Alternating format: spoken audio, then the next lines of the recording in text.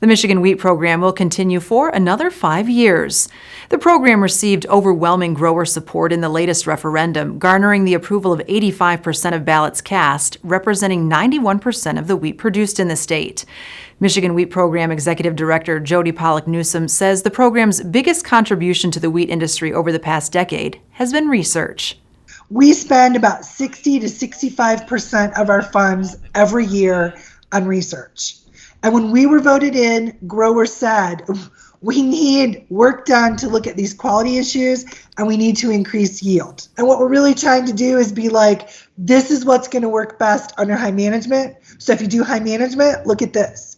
If you don't do high management, look at this opportunity. So it's not going to be everyone should plant this and do this.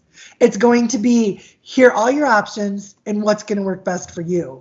10 years later, Michigan wheat growers average 89 bushels an acre, well above the national average of just over 55 bushels an acre. I think 10 years later, you can start to see how it's all coming together. And we can see now we have a really strong base. What are some other things we can start to do and continue that momentum? We have some new research that we've funded looking at winter hardiness of wheat. And actually, it's with a researcher that does turf grass. And the question has been, what are some of the things that they do to the turf grass to get it through in good shape over that winter? And are any of those things that we could turn around and apply to winter wheat? We also have a new project looking at nematodes. We didn't really think that there was a big nematode issue in wheat, but come to find out in the Pacific Northwest and other areas, it's being found that it's a problem. So we just funded a first year of that just to kind of do some sampling and some looking to say, is it a problem for us here in the state? And then if it is, how can we start moving ahead with that? Meanwhile, there's a lot of enthusiasm across the state about the 2021 crop.